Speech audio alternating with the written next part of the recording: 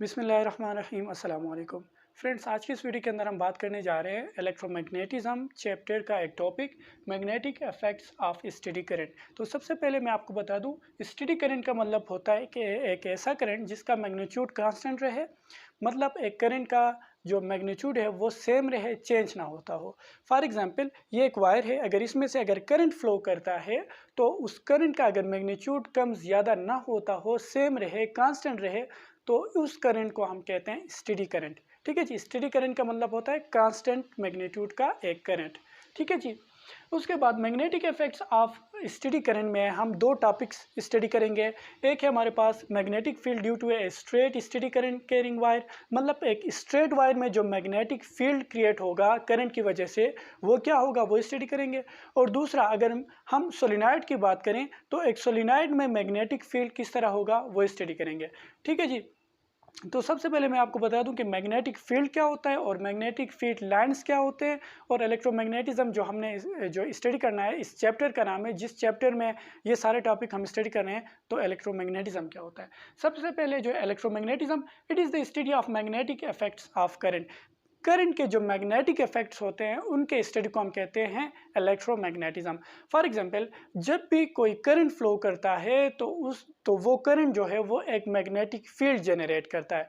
For example, ये एक wire है, अगर इसमें से करंट फ्लो करता हो तो वो करंट इसके इर्द गिर्द, इस वायर के इर्द गिर्द मैग्नेटिक फील्ड क्रिएट करेगा, और इस स्टडी को हम कहते हैं इलेक्ट्रोमैग्नेटिज्म।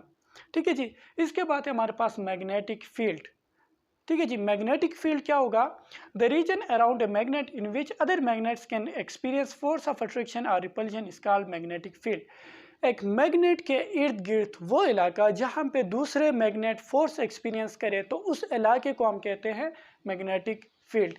फॉर एग्जांपल, यहाँ पे एक मेरे पास एक बार मैग्नेट है। अब इस मैग्नेट के इर्द गिर्द वो इलाका जहाँ पे कोई दूसरा मैग्नेट जो है फोर्स ऑफ अट्रैक्शन या फोर्स ऑफ रिपल्शन फील करेगा, तो इस इलाके को हम कहते हैं मैग्नेटिक फील्ड। फॉर एग्जांपल, यहाँ पे मेरे पास एक दूसरा मैग्नेट है जिसको मैं यहाँ पे रखता हूँ, एक छोटा सा मैग्नेट है। अगर यहाँ पे मैं एक मैग्नेट रखूँगा तो ये मैग्नेट उसको अट्रैक्ट या रिपेल नहीं कर पाएगा, मतलब ये जो है ये मैग्नेट यहाँ पे फोर्स फील नहीं करेगा, क्योंकि इसका फील्ड जो है यहाँ तक नहीं आता, मतलब ये उस पर फोर्स एक्सपीरियंस जो है फोर्स अप्लाई नहीं कर सकता, तो ये मैग्नेट फोर्स एक्सपीरियंस नहीं करता। अब अगर मैं इसको यहाँ पे रखूँ, इस मैग्नेट को यहाँ से यहाँ तक ले आऊँ, तो ये मैग्नेट जो है फोर्स एक्सपीरियंस करेगा इस मैग्नेट की वजह से, क्योंकि ये मैग्नेट उसको या अपनी तरफ अट्रैक्ट करेगा या रिपेल करेगा। आपने देखा होगा कि अगर आप एक मैग्नेट के करीब दूसरे मैग्नेट को लाते हो तो वो उसको या अट्रैक्ट करता है या रिपेल करता है, लेकिन जब आप उसको बहुत दूर रखते हो तो ये ना फोर्स एक्सपीरियंस करेगा, ना अट्रैक्शन का ना रिपल्शन का। तो फोर्स एक्सपीरियंस करने के लिए इन दोनों को करीब लाना होगा, क्योंकि जो ये मैग्नेट है इसका रीजन कम होता है, इसका मैग्नेटिक फील्ड कम होता है। तो इसी तरह एक मैग्नेट के इर्द गिर्द एक इलाका होता है जहाँ पे वो दूसरे मैग्नेट के ऊपर फोर्स एक्सर्ट या अप्लाई कर सकता है, तो उस इलाके को हम बोलते हैं मैग्नेटिक फील्ड। ठीक है जी। अब जो है इन मैग्नेटिक फील्ड्स को हम शो ऑफ करने के लिए मैग्नेटिक फील्ड लाइंस का इस्तेमाल करते हैं, जो हमें मैग्नेटिक फील्ड के डायरेक्शन का बताते हैं। फॉर एग्जांपल, अगर हम एक मैग्नेटिक फील्ड लाइंस की बात करें तो वो नॉर्थ पोल से निकलते हैं। ठीक है जी। इस तरह नॉर्थ पोल से वो निकलते हैं और जो है साउथ पोल में वो जो है क्या होते हैं, टर्मिनेट होते हैं। फॉर एग्जांपल, इस तरह नॉर्थ पोल से निकल लेंगे और नॉर्थ पोल से निकल कर इस तरह साउथ पोल में आके ये टर्मिनेट होंगे। ठीक है जी। ये मतलब ये है कि magnetic field line south pole की तरफ आते हैं और नॉर्थ पोल से ये निकलते हैं। इसके बाद हम डिस्कस करेंगे magnetic field due to a straight steady current carrying wire. Steady current, जिस तरह मैंने आपको बताया, एक कांस्टेंट करंट होता है। अब एक कांस्टेंट करंट अगर एक स्ट्रेट वायर में से फ्लो करे तो उसके क्या मैग्नेटिक इफेक्ट्स होंगे वो स्टडी कर लेते हैं। ठीक है जी। तो सबसे पहले हम एक स्ट्रेट वायर इस तरह लेते हैं और उसको किसी सोर्स से हम अटैच करते हैं, क्योंकि करंट एक वायर में से फ्लो करने के लिए हमें सोर्स की ज़रूरत पड़ती है। तो यहाँ पे हमने बैटरी ली है जिसका अपर पोर्शन पॉजिटिव है और लोअर पोर्शन नेगेटिव टर्मिनल है। अब पॉजिटिव से करंट इस तरह फ्लो करेगा, क्योंकि पॉजिटिव से नेगेटिव की तरफ आता है, तो यहाँ से फिर करंट इस तरह फ्लो करेगा और यहाँ से फिर नीचे आएगा करंट। ठीक है जी। नीचे की तरफ जब आएगा, नीचे की डायरेक्शन में, तो क्या करेगा, ये करंट जो है इस वायर के इर्द गिर्द क्या करेगा, मैग्नेटिक फील्ड जनरेट करेगा। फॉर एग्जांपल ये एक वायर है जिसमें से अगर इलेक्ट्रिक करंट अगर नीचे आ रहा हो, अगर इसमें से इलेक्ट्रिक करंट नीचे आ रहा हो तो ये जो है इस डायरेक्शन में क्या करेगा, मैग्नेटिक फील्ड क्रिएट करेगा। ठीक है जी, अगर करंट नीचे आ रहा हो तो फिर क्या करेगा, वो इस तरह जो है क्लॉकवाइज वो क्या करेगा, मैग्नेटिक फील्ड क्रिएट करेगा, जिस तरह यहाँ पे दिखाया गया है। ठीक है जी। और अगर हम करंट की डायरेक्शन को रिवर्स करें, फॉर एग्जांपल ये अगर नीचे आ रहा है उसको हम अगर ऊपर भेजें, इस तरह करंट की डायरेक्शन ऊपर हो तो फिर मैग्नेटिक फील्ड का डायरेक्शन भी चेंज होगा। फॉर एग्जांपल शुरू में ये इस तरह था, इस तरह क्लॉकवाइज था, अब ये क्या होगा, एंटी क्लॉकवाइज होगा। ठीक है जी, मतलब ये फिर इस तरह घूमेगा, मतलब इलेक्ट्रिक फील्ड लाइन्स जो है वो फिर इस तरह होंगे, एंटी क्लॉकवाइज होंगे, क्योंकि करंट अब अपवर्ड फ्लो करने लगा है तो मैग्नेटिक फील्ड लाइन्स इस तरह एंटी क्लॉकवाइज होंगे। अगर करंट डाउनवर्ड आ रहा है तो फिर मैग्नेटिक फील्ड लाइंस जो है वो क्लॉकवाइज होंगे, इस तरह। ठीक है जी, करंट अगर डाउनवर्ड आ रहा है तो फिर मैग्नेटिक फील्ड लाइंस इस तरह क्लॉकवाइज, अगर करंट अपवर्ड जा रहा है तो मैग्नेटिक फील्ड लाइन इस तरह एंटी क्लॉकवाइज होंगे। ठीक है जी, तो इसी को मैंने यहाँ पे एक्सप्लेन किया, मतलब यहाँ पे लिखा है when current flows through a straight wire, जब एक करंट जो है स्ट्रेट वायर में से फ्लोट करता है, it induces magnetic field around the wire. अब ये करंट क्या करेगा, एक वायर के इर्द गिर्द क्या करेगा, मैग्नेटिक फील्ड क्रिएट करेगा। The magnetic field lines will be perpendicular to the direction of current and circulate around the wire like concentric circles. अब ये जो मैग्नेटिक फील्ड क्रिएट हो चुके हैं ये परपेंडिकुलर होंगे। फॉर एग्जांपल ये अगर इसकी एग्जांपल लेते हैं, करंट जब डाउनवर्ड फ्लो करता है, देखें ये हमारे पास ये एक वायर है जिसमें से करंट डाउनवर्ड फ्लो करता है, तो फिर मैग्नेटिक फील्ड लाइंस क्या होंगी, इस तरह सर्कुलेट करेंगे। ठीक है जी, मतलब इस तरह सर्कुलेट करते हैं ना, तो यहाँ से ये निकलेंगी और इस तरह। तो आप देखोगे कि ये जो मैग्नेटिक फील्ड लाइन्स है ये इस तरह सर्कुलेट करते हैं और करंट जो है वो डाउनवर्ड आ रहा है, तो ये परपेंडिकुलर है। ठीक है जी, ये वायर है जिसमें से करंट डाउनवर्ड आ रहा है, तो मैग्नेटिक फील्ड जो है वो इस तरह आते हैं। तो ये एंगल देखोगे ये 90 डिग्री का होता है, तो ये एक दूसरे के साथ परपेंडिकुलर होते हैं।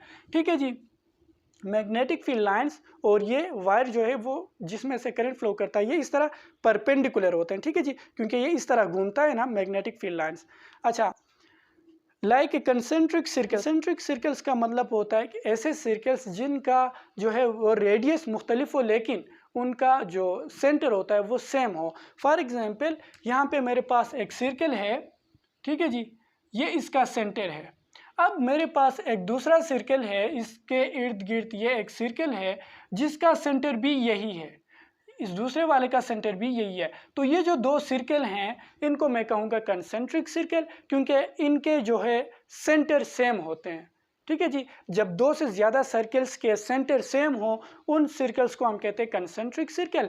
तो यहाँ पे भी जो मैग्नेटिक फील्ड्स जो है यहाँ पे क्रिएट होता है, जो मैग्नेटिक फील्ड लाइंस होते हैं वो एक कंसेंट्रिक सर्कल्स की तरह उस वायर के इर्द गिर्द घूम रहे होते हैं, या वो इस डायरेक्शन में घूम रहे होते हैं या उस डायरेक्शन में घूम रहे होते हैं, वो करंट के डायरेक्शन पे डिपेंड करता है। अच्छा, तो जिस तरह हमने कहा कि करंट की वजह से मैग्नेटिक फील्ड इंड्यूस होता है, और हम अगर इस मैग्नेटिक फील्ड के डायरेक्शन को फाइंड आउट करना चाहते हैं तो फिर हम क्या करेंगे, राइट हैंड रूल 2 का यूज़ करेंगे। ठीक है जी, तो right hand rule right hand rule 1 है, 2 उस सोलेनॉइड में यूज़ करेंगे। राइट हैंड रूल 1 जो है इसको हम यूज़ करते हैं इस मैग्नेटिक फील्ड लाइंस के डायरेक्शन को फाइंड आउट करने के लिए। किस तरह, to find the direction of magnetic field, we use right hand rule 1, which says that point your right thumb in the direction of current in the wire and curl your fingers. The curled finger will show the direction of magnetic fields. इसके लिए हमें क्या करना होगा कि जो अपना right hand है उसमें जो थंब की डायरेक्शन होगी, थंब कहते हैं इस वाले अंगूठे को, तो इस थंब को आपने करंट की डायरेक्शन में लगाना होता है, उसकी तरफ पॉइंट करना होता है। तो फिर जो आपकी उंगलियां हैं, बाकी 4 उंगलियां, उनको आप इस तरह घुमा दें। ठीक है जी, इस तरह घुमा दें, तो ये जो आपकी उंगलियां हैं ये मैग्नेटिक फील्ड की डायरेक्शन को रिप्रेजेंट करेंगे। फॉर एग्जांपल यहाँ पे इस वायर में से करंट अपवर्ड फ्लो करता है तो मैं क्या करूँगा, अपने थंब की डायरेक्शन को इस तरह अपवर्ड रखूँगा और अपने इस उंगलियों को इस तरह घुमाऊँगा। तो ये जो उंगलियाँ हैं मेरी, ये क्या करेंगी, इस मैग्नेटिक फील्ड की डायरेक्शन का मुझे बताएंगी। फॉर एग्जांपल ये करंट अपवर्ड फ्लो कर रहा है तो आप देख सकते हो ये मैग्नेटिक फील्ड की डायरेक्शन मेरी उंगलियाँ रिप्रेजेंट करती हैं, इस तरह गोल है, ठीक है जी, इस तरह गोल है। तो ये आप देख सकते हो यहाँ से निकलते हैं, इस तरह है। और अगर करंट डाउनवर्ड हो रहा हो तो मैग्नेटिक फील्ड लाइंस की डायरेक्शन भी चेंज हो जाती है। तो मैं थंब को क्या करूँगा, इस तरह डाउनवर्ड करूँगा। तो डाउनवर्ड अगर करंट फ्लो करता है तो डाउनवर्ड में फिर जो मैग्नेटिक फील्ड लाइंस इस तरह होंगे, ठीक है जी, क्लॉकवाइज होंगी, इस तरह क्लॉकवाइज होंगी। और अगर करंट अपवर्ड है तो वो एंटी क्लॉकवाइज होंगी। तो इस मैग्नेटिक फील्ड की डायरेक्शन की डिटेक्शन के लिए हम राइट हैंड रूल 1 का यूज़ करते हैं, जो कि हमें मैग्नेटिक फील्ड के डायरेक्शन का बताती हैं, ठीक है जी। और अगर आप इस हवाले से नोट्स में लिखना चाहते हैं तो यही लिख लीजिएगा, यही काफ़ी है इसके बारे में, क्योंकि हम फिजिक्स क्लास 10 पढ़ रहे हैं तो क्लास 10 के लिए ये नोट्स काफ़ी हैं आई थिंक। अच्छा, तो दूसरा टॉपिक है हमारे पास magnetic field due to a coil और सोलेनाइड। तो सबसे पहले जान लेते हैं कॉइल या सोलेनाइड क्या होता है। A wire consisting of many loops is called solenoid. एक वायर को हम अगर मैनी लूप्स में कन्वर्ट कर दें, मतलब उसको अगर एक सर्कल फॉर्म में बना दें, तो उस वायर को हम कहते हैं फिर सोलेनाइड। फॉर एग्जांपल मेरे पास एक वायर है और अगर उस वायर को मैं इस पेन के इर्द गिर्द घुमा दूं तो वो वायर मेरे पास एक सोलेनाइड बनेगा, जिस तरह मैंने यहाँ पे शो ऑफ किया है। ये एक ब्लैक वायर है जिसको मैं जो है घुमा के एक सोलेनाइड बनाया हुआ है, ठीक है जी। अब यहाँ पे सोलेनाइड की प्रॉपर्टी ये है कि ये एक बार मैग्नेट की तरह बिहेव करता है। जिस तरह यहाँ पे मैग्नेट देखा, ये बिल्कुल सोलेनाइड इस तरह बिहेव करेगा। किस तरह, आगे देखते हैं।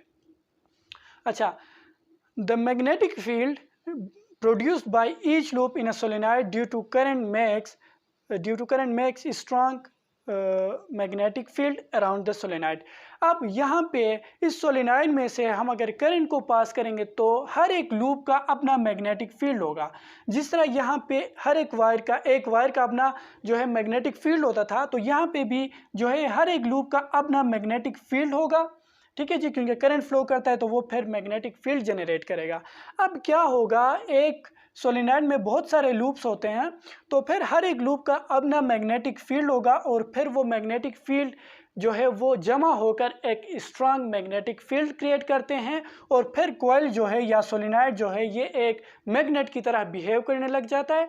आपने देखा होगा एक वायर को अगर आप राउंड करके बैटरी के साथ कनेक्ट करते हो तो बैटरी से करंट फ्लो करता है और फिर वो एक मैग्नेट बन जाता है और फिर वो जो है लोहे वगैरह रॉड को वो खींच लेता है। ये आपने शायद देखा होगा या किया होगा। तो इसी तरह एक सोलेनॉइड में से क्या होता है, जब करंट फ्लो करता है तो फिर वो क्या होता है, एक मैग्नेट की तरह बिहेव करने लग जाता है। Solenoids behave like a bar magnet having north and south pole. जो है एक सोलेनॉइड का भी नॉर्थ एंड साउथ पोल होता है। जिस तरह यहाँ पे हमने देखा कि एक बार मैग्नेट का नॉर्थ पोल और साउथ पोल होता है, इसी तरह एक जो है एक सोलेनॉइड का भी एक नॉर्थ एंड साउथ पोल होता है। और हम नॉर्थ एंड साउथ पोल को फाइंड आउट करने के लिए राइट हैंड रूल 2 का यूज़ करेंगे, ठीक है जी, नॉर्थ एंड साउथ पोल की डिटेक्शन के लिए। अच्छा, अब यहाँ पे हम देख सकते हैं कि जो करंट है ये अपवर्ड जा रहा है, यहाँ से ये करंट अपवर्ड जा रहा है और फिर यहाँ से नीचे आकर ये वापस अपवर्ड जाएगा और फिर नीचे आकर वापस अपवर्ड जाएगा। इसी तरह अगर मैं यहाँ पे देखूँ तो ये करंट की डायरेक्शन है अपवर्ड, ठीक है जी, यहाँ भी करंट की डायरेक्शन अपवर्ड है, यहाँ भी करंट की डायरेक्शन अपवर्ड है और यहाँ पे इन सारों में क्या होंगी, करंट की डायरेक्शन अपवर्ड होंगी। तो यहाँ पे अगर करंट की डायरेक्शन अपवर्ड है तो राइट हैंड रूल 1 से हम देख सकते हैं अगर करंट अपवर्ड फ्लो करता है तो मैग्नेटिक फील्ड इस डायरेक्शन में जनरेट होंगी, ठीक है जी। अगर करंट अपवर्ड फ्लो करता है तो मैग्नेटिक फील्ड इस तरह जनरेट होंगी, तो ये मैग्नेटिक फील्ड इस तरह यहाँ से निकलेंगे और आकर वह यहाँ पे टर्मिनेट होंगे, ठीक है जी। तो यहाँ पे जिस तरह हमने कहा कि जिस पोल से ये मैग्नेटिक फील्ड लाइंस निकलते हैं वो नॉर्थ पोल होता है और जहाँ पे आके टर्मिनेट होते हैं वो साउथ पोल होता है। तो यहाँ पे भी ये जब करंट की डायरेक्शन है, तो मेरा थंब में करंट की डायरेक्शन है और ये मैग्नेटिक फील्ड लाइंस की डायरेक्शन है, तो मैग्नेटिक फील्ड लाइंस यहाँ से निकलते हैं तो ये पोल जो बनेगा सोलेनॉइड का ये नॉर्थ पोल बनेगा। और जहाँ पे ये आते हैं नॉर्थ के अपोजिट में तो साउथ पोल ही होता है ना, तो ये अगर नॉर्थ है तो वो साउथ पोल है, ठीक है जी। और नॉर्थ और साउथ पोल की डिटेक्शन के लिए हम राइट हैंड रूल 2 का यूज़ करते हैं। किस तरह देखें, to find the north and south pole of the solenoid we use right hand rule 2, which states that grip the solenoid by pointing your fingers in the direction of current. The thumb will represent north pole. अब यहाँ पे हम क्या करेंगे, north and south पोल को find out करने के लिए सबसे पहले जो अपना राइट हैंड है इसके फिंगर्स को जो है इस तरह आप ग्रिप करें इस सोलेनाइड को। फॉर एग्जांपल ये अगर सोलेनाइड है तो मैं राइट हैंड की मदद से इसको इस तरह ग्रिप करूंगा, ठीक है जी। किस तरह, जिस तरह करंट की डायरेक्शन है अपनी उंगलियों को उस डायरेक्शन में पॉइंट करना है, ठीक है जी। क्योंकि करंट अपवर्ड होके इस तरह नीचे आ रहा है ना, यहाँ से होके वापस इस तरह नीचे आ रहा है, तो मैं इसको इस तरह ग्रिप करूंगा।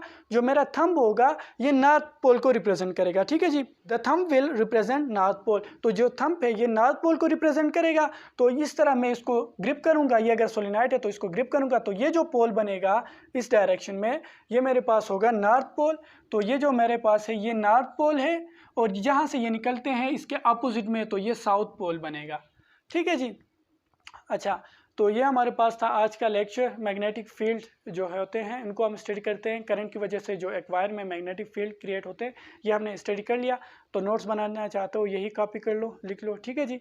आई थिंक यहाँ तक आपको सारा कुछ समझ में आ चुका होगा। अगर वीडियो हेल्पफुल लगी है तो वीडियो को लाइक करें, चैनल पर नए तो चैनल को सब्सक्राइब करें। मिलता है नेक्स्ट वीडियो में, तब तक के लिए अल्लाह हाफिज़।